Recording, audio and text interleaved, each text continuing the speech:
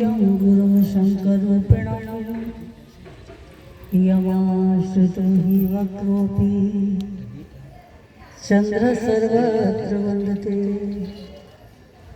ध्यानमूलं गुरुर्मूर्ति पूजामूलं गुरुपदं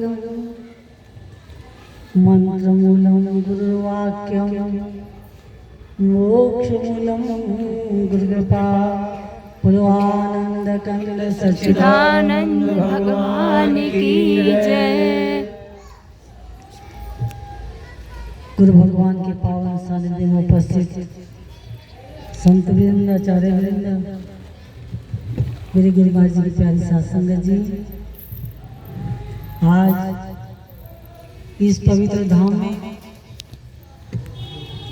परवी बहन जी के परम पुरुषार्थ, उनकी बिटिया का परम पुरुषार्थ कि आज उन्होंने अपने घर में जो मंगल कार्य होने जा रहा है उसके उपलक्ष्य में भगवत नाम का संकीर्तन रखा।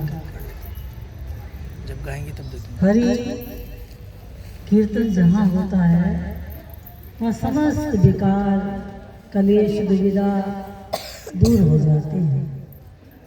मंगल भवन मंगलहारी उमा सहित जय जपत पुरारी। भगवत नाम इतना पवित्र है, स्वयं भगवान शंकर भी माँ पार्वती के साथ सदैव उस प्रभु का चिंतन करते हैं, क्योंकि चिंतन के द्वारा समस्त जगत की चिंताओं को हटने वाले हैं। बहुत प्रसन्नता, बहुत खुशी, हमारी इस बिटिया का विवाह मंगल में हो, आनंद में हो और भगवान का आशीर्वाद इसके साथ हो। इनका परिवार आगे जो भविष्य में पदयात्रा होने वाली है गृहस्थ की, ये गृहस्थ जीवन सौम्य हो, सुंदर हो, धर्मयुक्त हो। जीना तो पशु ही जीते हैं, लेकिन मानव का जीवन कुछ भिन्न होना चाहिए। मानव समस्त गुणों का धाम है, अगर वो मानव है तो नहीं तो मनुष्य रूप में मृगाचरण, मनुष्य के रूप में पशु ही घूम रहे हो तो क्या पता लगा। तुम बाहर से देखने में सुंदर मनुष्य हो, तेरी अंदर की आकृति कहीं बिच्छू जैसी हो, सांप जैसी हो, गधे जैसी हो, कुत्ते जैसी, बिल्ली जैसी हो, अनंत तमन्नाओं से घिरी हुई, तो वो आकृति तो मनुष्य की है, लेकिन अंदर का जो अंतःकरण है वो पशु से भी बदतर है, तो उनको मनुष्य नहीं कहते। मनुष्य वो है जिसमें समस्त मानवता के गुण हैं। तो मनुष्य के लिए कहा गया कि मनुष्य अगर अपने जीवन में धर्मयुक्त आचरण करता है तो समझो वो देवत्व को प्राप्त हो। मनु शत्रुपा जी ने अपनी पुत्री का विवाह किया, देववती जी का विवाह किया तो कंदर्व ऋषि से कर दिया। अब वो बड़े परित्यागी तपस्वी, उनका मन था हमारी पुत्री बहुत तपस्वी है, कोई तपस्वी ही मिले तो इससे विवाह। अब उन्होंने कंदर्व ऋषि से प्रार्थना करी कि आप हमारी पुत्री से विवाह करें। क्या बोले कंदर्व ऋषि? कहने लगे मुझको भोग स्त्री नहीं चाहिए, मुझे धर्म पत्नी चाहिए, जिसका आचरण धर्मयुक्त हो। और देखो देववती का तप कि जब विवाह होके वो गई तो बाबा ही थे, जाके ध्यान में बैठ गए, वर्षों तप में बैठे रहे। इतना घोर तप किया कि देववती छोटी सी उम्र में विवाह की आई थी और बुढ़ापे तक बाहर द्वार में उनके घर में रह के दिन रात उनकी सेवा की। जब तपस्या से आँख खुली तो सामने देखा एक देवी बैठी। कहने लगे देवी तुम कौन हो? बोले मैं आपकी पत्नी हूँ देववती। मेरी पत्नी? बोले हाँ। तपस्या में बैठने से पहले आपने मुझसे विवाह किया और तब से आप तपस्या में हैं, मैं आपकी सेवा में चले गए हैं। मैंने मेरे लिए सारा जीवन इतनी सेवा करी कि विवाह के बाद कितनी ख्वाहिशें, कितनी तमन्नाएं बच्चे की होती हैं। पर भी देखिए, नीचे मत बैठो, कुर्सी बैठ जाओ, बैठ जाओ। बोलो आनंद कंद सच्चिदानंद आनंद भगवान की जय। ऋषि द्रवित हो गए, आशीर्वाद दिया कि तुम पुनः वैसी जैसी थी, युवा सौम्य सुंदर वैसी हो जाओ और स्वयं भी अपने आप को वैसा ही बना करके उसके साथ काफी समय तक संसार के जीवन में। इतने तपस्वियों के घर में जब संतान पैदा होती है तो कपिल मुनि जैसे बालक होते हैं, स्वयं भगवान ही आते हैं। तो गृहस्थ जो है बहुत बड़ा आश्रम है, बहुत बड़ा बड़ा मौसम खराब है इसका बुरा दिन है। तो भाई, जिस गृहस्थ में सब लोग शास्त्र के अनुसार, अपने बुजुर्गों के अनुसार, नीति नियम अनुशासन मर्यादा धर्मयुक्त आचरण से जीते हैं, उनका घर, उनका गृहस्थ स्वर्ग है। स्वर्ग स्थितानां इह जीवलोके चत्वारि चिन्नानि वसन्ति देहे सदा प्रसन्नं मधुरा च वाणी देवर्चनं ब्राह्मण तर्पण च। वो गृहस्थ स्वर्ग है जहाँ पे चिन्ह क्या है।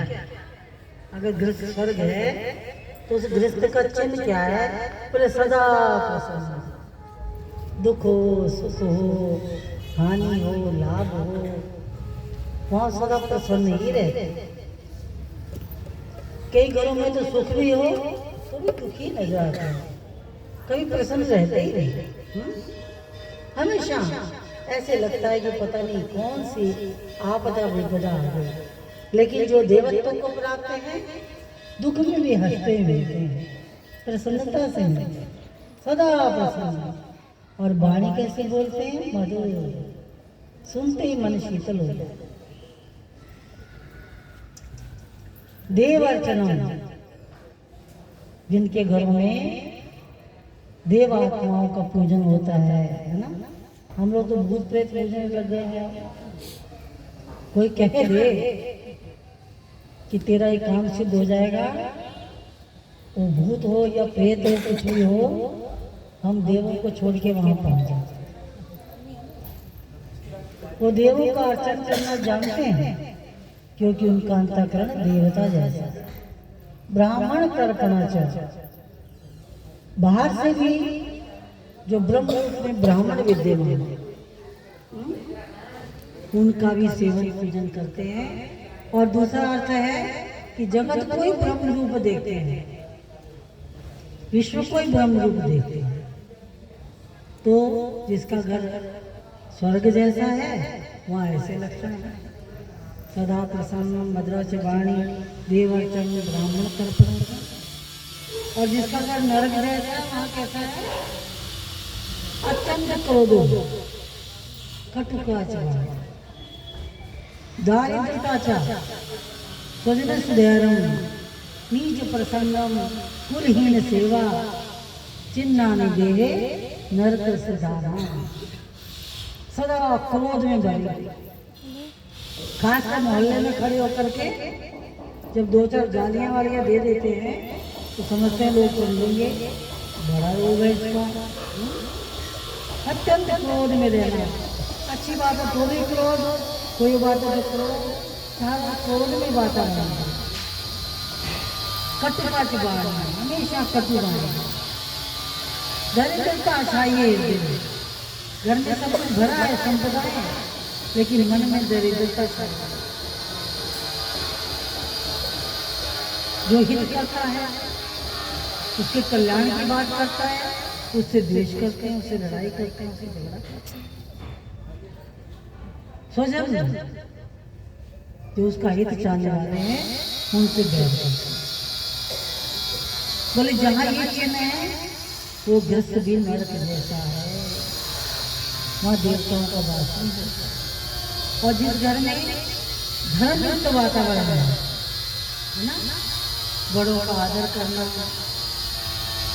शास्त्र की मर्यादा के अनुसार चलना, नीच लोगों का संग ना करना, पवित्र रहना, तन से भी पवित्र, मन से भी पवित्र, वाणी से भी पवित्र वातावरण वहाँ ढूंढते हैं वो लोग जहाँ पवित्रता हो। अच्छे लोग ढूंढते हैं, ऐसे व्यक्ति ना मिले जिसके संग से हमारा अंतःकरण गंदा हो। वो पवित्र वातावरण ढूंढते हैं, इसीलिए कहते हैं मुझे वो बड़े खुश रहते हैं, उनकी कंपनी बड़ी अच्छी लगती है। वो हमेशा भगवान की चर्चा करते हैं, कल्याण की बात सोचते हैं, देश और समाज की सेवा करते हैं, तो उनका संग अच्छा लगता है। क्यों? उनका अंतःकरण देवत्व को प्राप्त है। इसलिए भाई तुम सब ग्रस्त में हो। अब हमारा ग्रस्त स्वर्ग बने, नरक बने, कुछ तो प्रारब्धवश है, कुछ हमने बना दिया है। कुछ को दिव्यता की ओर ले जाना गृहस्थ का बहुत बड़ा धर्म है। आज लोगों में नम्रता ही नहीं है, सरलता ही नहीं है, दया प्रेम ही नहीं है, आदर मान सम्मान ही नहीं है। पता नहीं काहे की ऐठ है ना।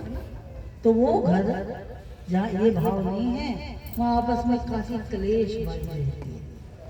और नम्रता ऐसा गहना है, जिस बहू के गले में, बेटी के गले में वो नम्रता का गहना है, वो सबकी प्रिय है, सबके दुलारी है, सबके प्यारी। इसलिए भाई गृहस्थ आश्रम सबसे बड़ा आश्रम। संन्यास आश्रम का नंबर तो बाद में आता है, क्योंकि सन्यासी हो, देशभक्त हो, बड़े बड़े कार्य करने वाले इंजीनियर, डॉक्टर, वैज्ञानिक सब गृहस्थ के घर में पैदा होते हैं। इसलिए गृहस्थ धर्म सबसे बड़ा धर्म है। लेकिन ये कैसा है? जैसे हम बनाना चाहेंगे। इसलिए प्रेमियों, हमारे जीवन में पवित्रता, शुद्धता, निर्मलता का आचरण होना चाहिए। गुरु गोविंद सिंह जी महाराज ने, किसी ने पूछा उनसे कि जिसके लिए तुमने अपना गृहस्थी कुर्बान कर दिया, चारों बेटे कुर्बान कर दिए, आप स्वयं ताजीवन राजा होकर भी जंगल जंगल भटके, आखिर में क्या है? किस धर्म की रक्षा कर रहे हो? बोले हिंदू धर्म की। बोले हिंदू धर्म है क्या? आज लोगों में मजहब के लिए बड़े झगड़े हो रहे हैं। मेरा धर्म ये है, मेरा धर्म ये है, मेरा धर्म ये है। लेकिन धर्म की व्याख्या क्या है अभी किसी को पता नहीं। अभी तो मजहब के लिए लड़ रहे हैं। धर्म धारण कर ले तो मजहब का झगड़ा होगा ही नहीं, धर्म है ही नहीं। तो गुरु महाराज बोले, सच्चा सच्चा जानिए हिंदुता ही बखानी। जो सच्चा है और सच्चा है वही हिंदू है। दो पाखंड करने वाला, धर्म की आड़ में देश समाज को लूटने वाला, धर्म की व्याख्याओं को भाषा बदलने वाला हिंदू नहीं हो सकता। जो बाहर से भी सच्चा है, अंदर से भी पवित्र है, वही हिंदू है। इसलिए भाई धर्मयुक्त आचरण करने से आप लोग धार्मिक कहलाएंगे, धर्मात्मा कहलाएंगे, पुण्य आत्मा कहलाएंगे। तो तुम्हारी गृहस्थ भी सुंदर होगी, सौम्य होगी, दिव्य होगी। बहुत अच्छी बात है, हमारी बिटिया का विवाह है। गुरु महाराज जी मंगल करें, आशीर्वाद प्राप्त हो उनकी ओर से, और जीवन में गृहस्थ धर्म में प्रवेश करे और अपने धर्मानुसार अपने जीवन में आचरण करे, ताकि लोग भी सुखी और परिवार भी सुखी। ये सब शुभकामनाओं के साथ गुरुदेव के चरणों में प्रणाम। करते हैं। आने में विलंब हो गया, नहीं तो और समय देते, क्योंकि रास्ते में कुछ जाम भी मिल गया, कुछ मिलने वाले कुछ ऐसे लोग आ गए कि मिलना पड़ा उनसे। इसलिए भाई जानते तो हम सब हैं, मानते नहीं। जब जानेंगे तो मानेंगे भी जरूर। पहले जानिए फिर मानिए।